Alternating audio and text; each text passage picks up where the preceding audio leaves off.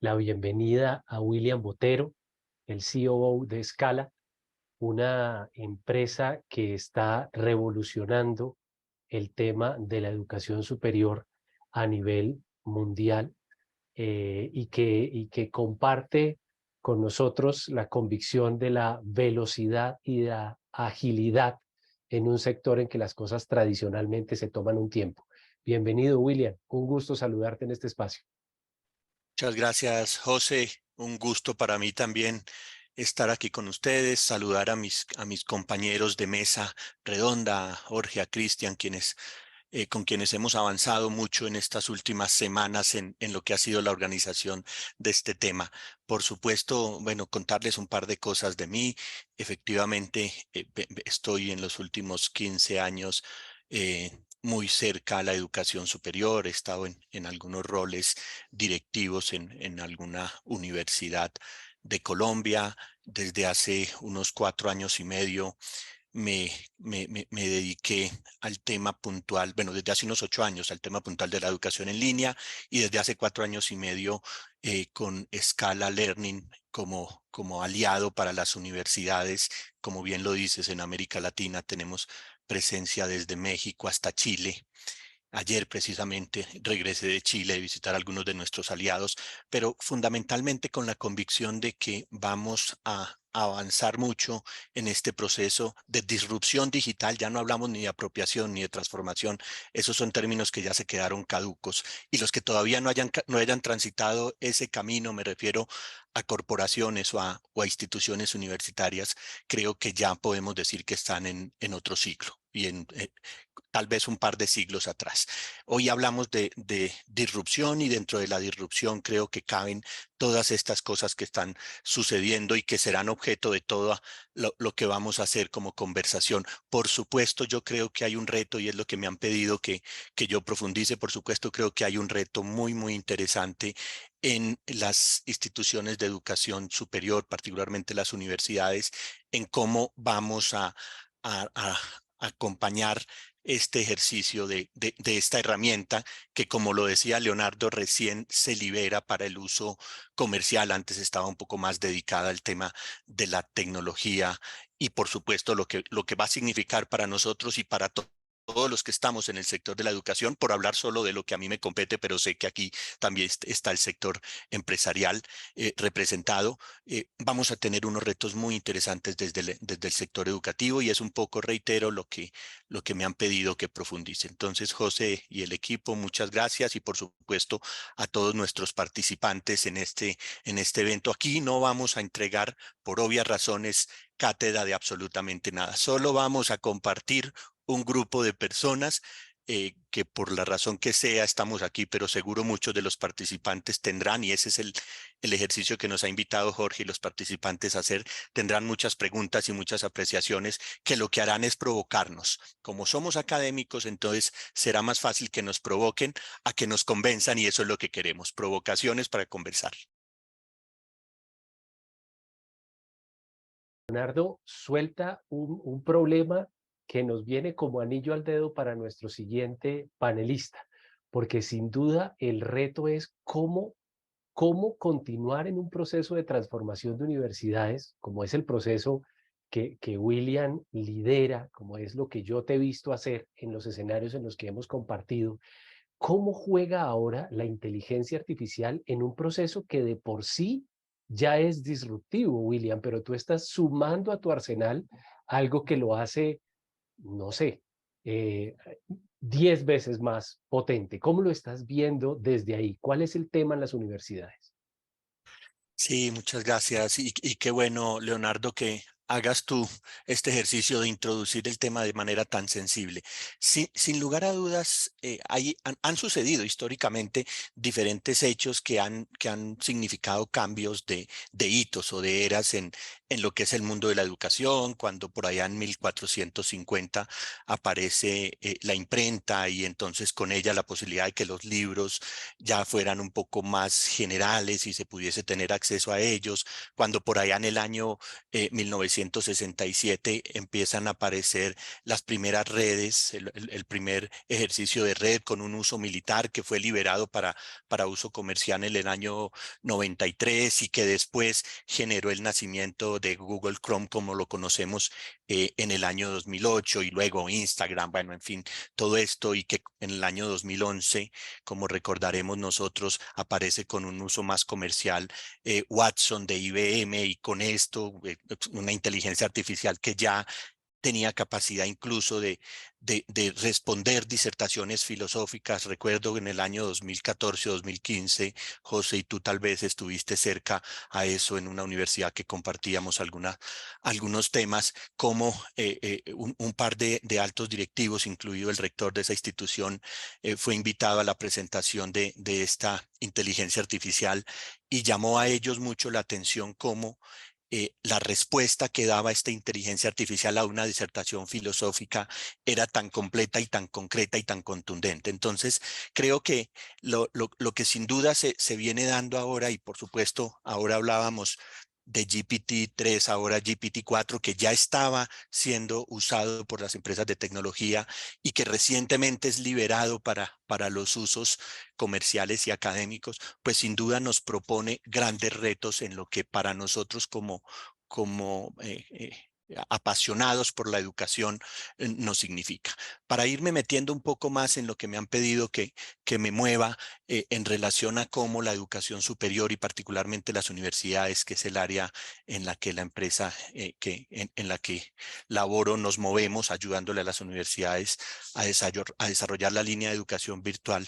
Yo quisiera devolverme solo 2 pasos en esa reflexión y un poco poner como referencia lo que fue el COVID-19 para nosotros en general, pero para el sector de la educación en particular.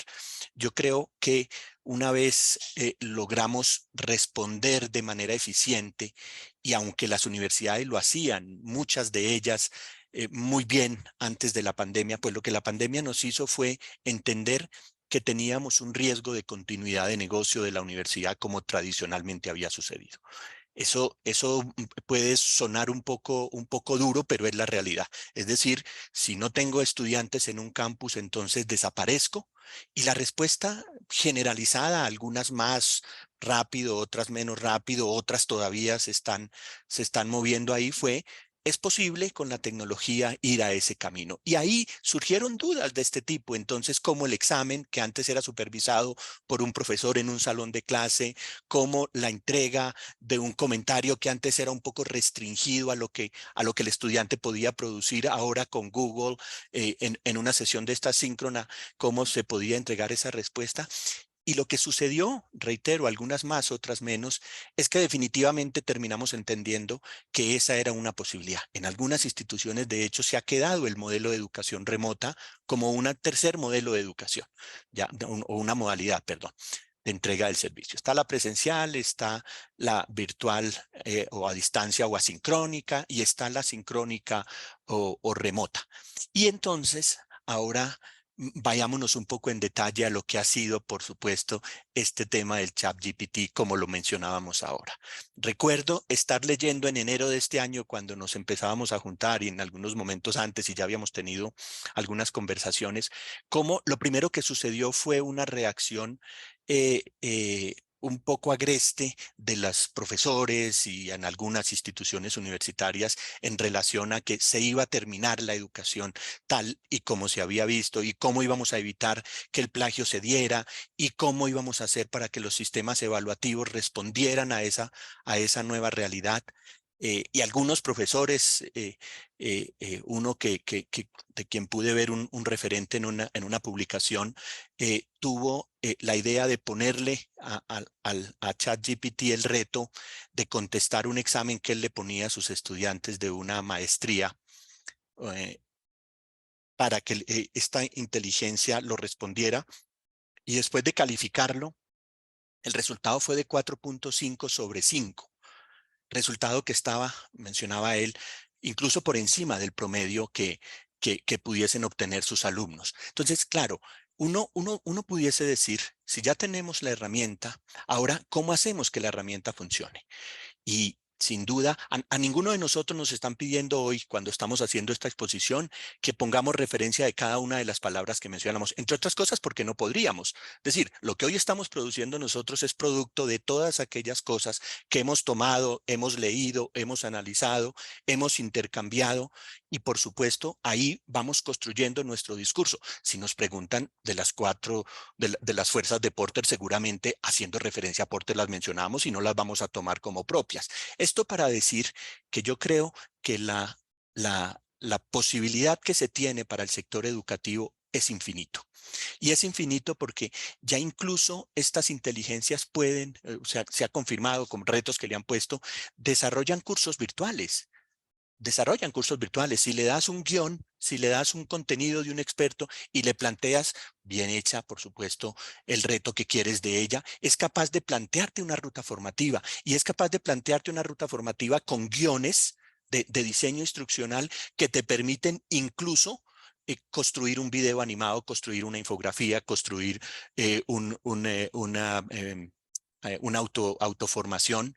Entonces, eso lo que nos implica es que hay para nosotros un reto en la educación grande. Esta misma inteligencia artificial puede, por supuesto, producir un programa de radio, ¿no? Que día vi, es que han sucedido muchas cosas y yo sé que hay mucho de qué hablar en este sentido, pero que hace poco leía que un grupo de estudiantes le planteó a la inteligencia artificial los signos y síntomas junto con un profesor de un paciente que tenían y se sorprendieron con el diagnóstico que la inteligencia artificial dio, que estaba completamente asociado a lo que esos signos y síntomas eran. Entonces, el reto que vamos a tener es cómo incorporamos la inteligencia artificial, cómo incorporamos ChatGPT y lo que vendrá, porque Google ya anunció que viene y esto no va a parar y llevamos solo 3 meses y medio con esta tecnología liberada. Entonces, el reto será cómo hacemos para que el modelo evaluativo o el sistema evaluativo que antes estábamos usando y que de alguna manera estaba un poco más soportado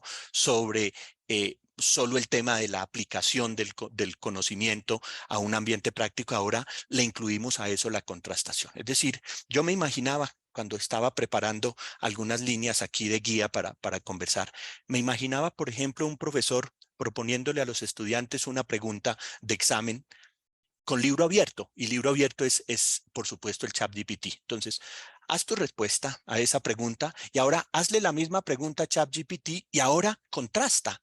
Coge lo que te dio ChatGPT, coge lo que te dio, lo que tú generaste como respuesta. Por supuesto, primero hazla tú, no lo hagas al contrario, porque te vas a limitar, ¿no? Pero ahora contrasta esas dos respuestas y entiende ¿en dónde está el diferencial de la misma? Yo creo que esa como una evaluación formativa, creo que le genera mucho más sentido a un estudiante. Por supuesto, después tendrá que hacer una evidencia de una evaluación acumulativa. José Andrés, tú que de eso sabes mucho más que yo. Pero me imaginaba, por ejemplo, por solo hablar de ese tema, ese ejemplo de evaluación. Luego también me imaginaba cómo frente a un reto que le pongo a un estudiante de preparar un código para determinado proceso de desarrollo en un área tuya, Leonardo, en la que tú te mueves, cómo yo pudiese después coger ese código que he desarrollado y pasarlo por la inteligencia artificial para recibir una realimentación que difícilmente un profesor podrá hacer de manera más rápida y expedita por las limitaciones espaciotemporales que lo que va a hacer el ChatGPT.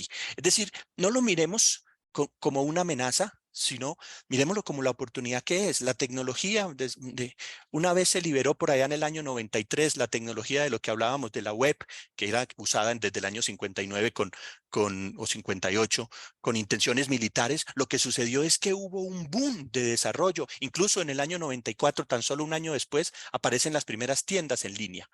Entonces, para ir cerrando y darle la palabra a los compañeros y para propiciar la conversación, por supuesto, a mí me parece que lo que tenemos ahora es una oportunidad magnífica, que no va a significar que se va a terminar la educación superior, sino que va a significar que vamos a tener que transformar la manera como estamos incorporando o cómo vamos a incorporar esa nueva tecnología a los procesos formativos y evaluativos.